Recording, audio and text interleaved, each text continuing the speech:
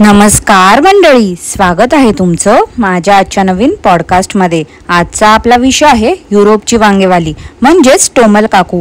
पण पॉडकास्ट सुरू करण्यापूर्वी जर तुम्ही माझ्या चॅनलवर नवीन असाल तर माझ्या चॅनलला सबस्क्राईब करून घ्या।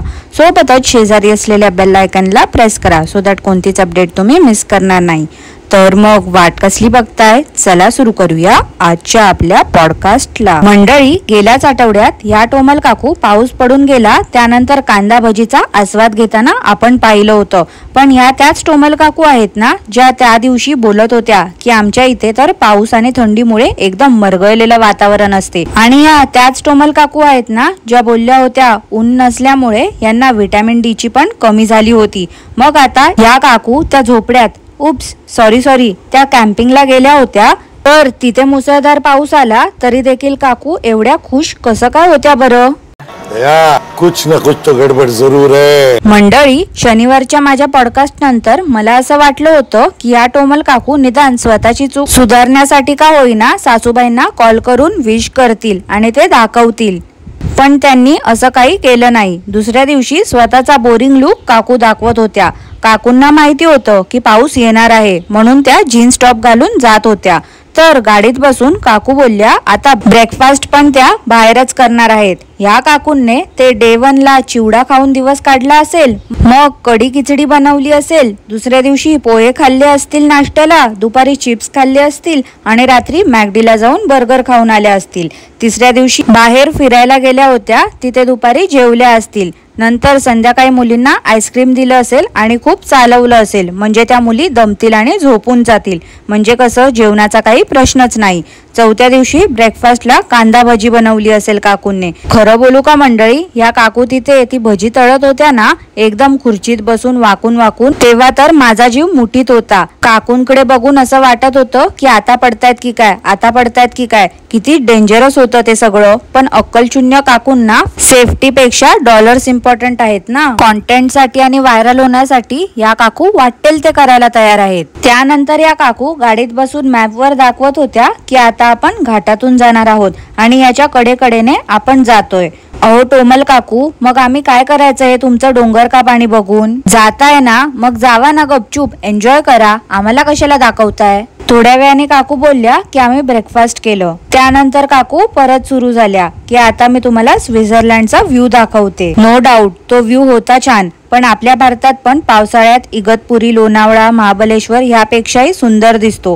काकू बाहेरच्या देशात राहून तिथलं कौतुक करतात, तिथे एक्सप्लोर करतात, पण काकू कधीच भारतात आल्या की त्या जिथे राहतात म्हणजेच नाशिकलाच शिर्डी आहे, सप्तशृंगी देवीचं मंदिर आहे, सर्वतीर्थ जटायू मंदिर आहे, त्याचसोबत त्र्यंबकेश्वर आणि स्वामी समर्थांचा मोठा मठ देखील आहे। हे कधीच त्या काकूंनी दाखवलं नाही आहे। खरं तर या काकूंना एवढीच हौस आहे ना विविध जागा एक्सप्लोर करण्याची, तर त्यांनी भारतात येऊन या सगळ्या प्लेसेस एक्सप्लोर केल्या पाहिजेत। म्हणजे कसं काकूंचे व्हिडिओ बघून सर्वसामान्य माणूस जाऊ शकतो आणि गेलाच पाहिजे अशा ठिकाणी।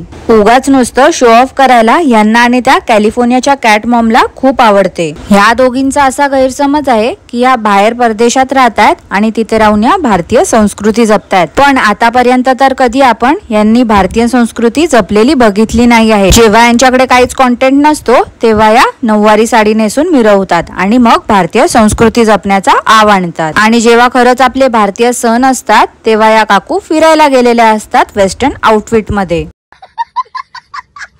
ह्या बिंडोक टोमल काकू डोंगर चढताना बोलतात की आम्ही 2 किलोमीटर डोंगर चढून आलो आहे, पण मुली जराही दमल्या नाही आहेत, खूप स्ट्रॉंग मुली आहेत माझ्या। ह्या काकू जेव्हा बोलत होत्या ना तेव्हा यांना स्वतःला एवढी धाप लागत होती की काय विचारू नका। ओ टोमल काकू, तुम्हाला साधी एवढी अक्कल नाही का? तुमचीच एवढी हालत खराब झाली आहे 2 किलोमीटर डोंगर चढून, मग त्यात तर त्या चिमुकल्या आहेत, त्यांचं काय झालं असेल विचार करा जरा। असं वाटत होतं तुम्ही तिथे एन्जॉयमेंट साठी कमी आणि व्हिडिओला कॉन्टेंट गोळा करण्यासाठी म्हणून जास्त गेल्या होतात। ते जाऊन पण तुम्ही एन्जॉयमेंट तर काही केलंच नाही, फक्त तिथे ड्रोन उडवलं।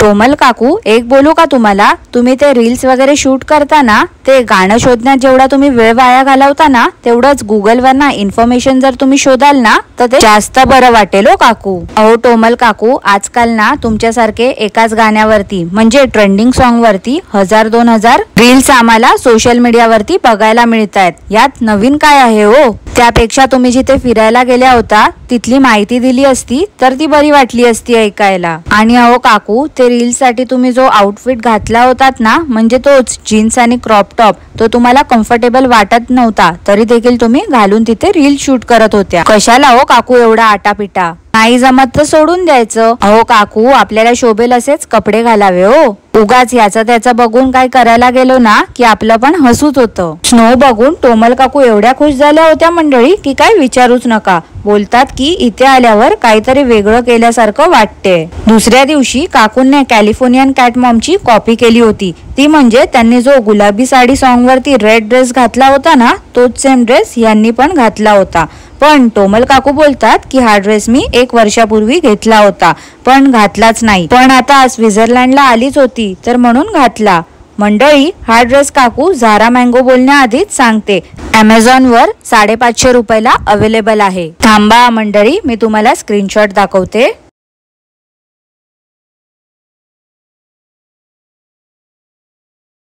आणि बरं का मंडळी, काकूंनी जो कॉर्ड सेट घातला होता ना जाताना, तो देखील मिशोवरती अवेलेबल आहे. आणि त्या कॉर्ड सेटची किंमत आहे ओनली 392 रुपीज.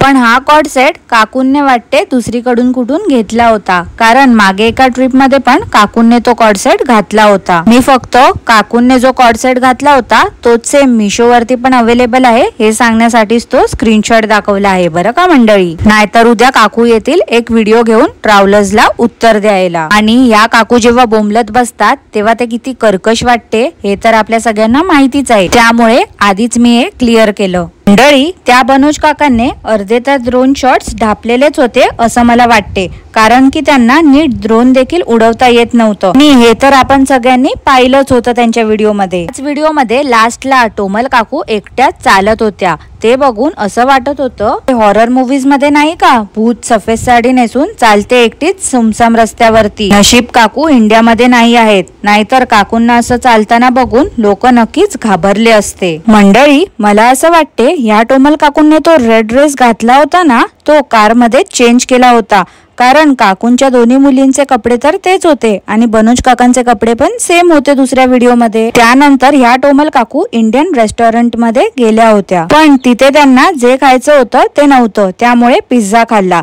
पण मंडळी, आता या काकू साधा 2 कप कॉफी घेतली तरी दाखवत बसतात. मग पिझ्झा खाताना कसं बरं यांनी दाखवलं नाही?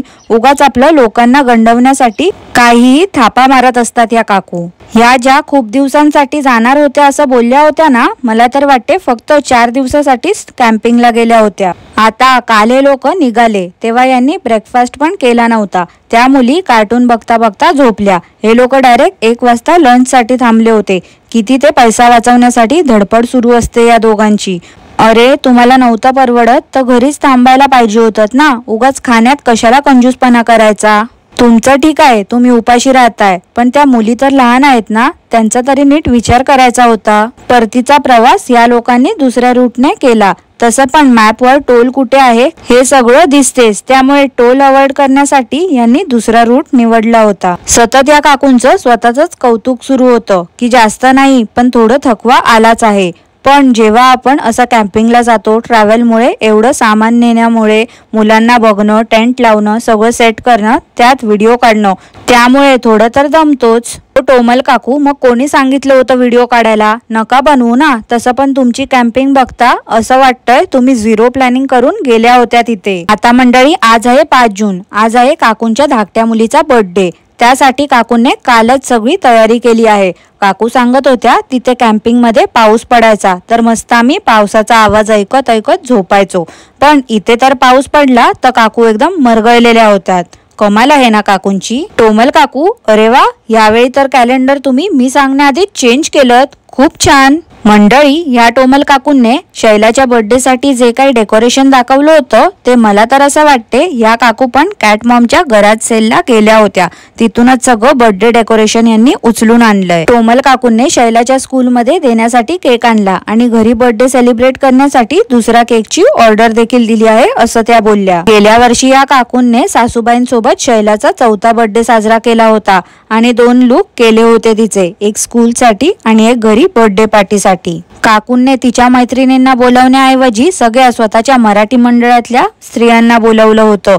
आता बघू ह्या वर्षी पण काकू बोलवतायत का त्यांना. गेल्या वर्षी पण शैलाचा बर्थडे झाला आणि सगळे निघत होते तेव्हा गौतम बुद्धांच्या शोपीस जवळच त्या लोकांनी त्यांचे शूज आणि सँडल्स काढले होते. पण काकू तर मागे बोलत होत्या की आम्ही सगळे तर बेसमेंट मध्ये सगळे शूज काढतो. आणि मागे एकदा होम टूर करत होत्या काकू तेव्हा देखील काकूंनी सांगितलं होतं की आम्ही बाकीचे शूज आहेत ते वरतीच ठेवतो. आज काकू काय वेड्यासारखं करतायत काय माहिती. म्हणजे मी हे पॉडकास्ट रेकॉर्ड करताना काकूंचा एक रील समोर आला आणि काकू जीन्स टॉप वर त्यांच्या ड्रेसची ओढणी घेऊन ट्रेंडिंग सॉन्ग वर डान्स करतायत.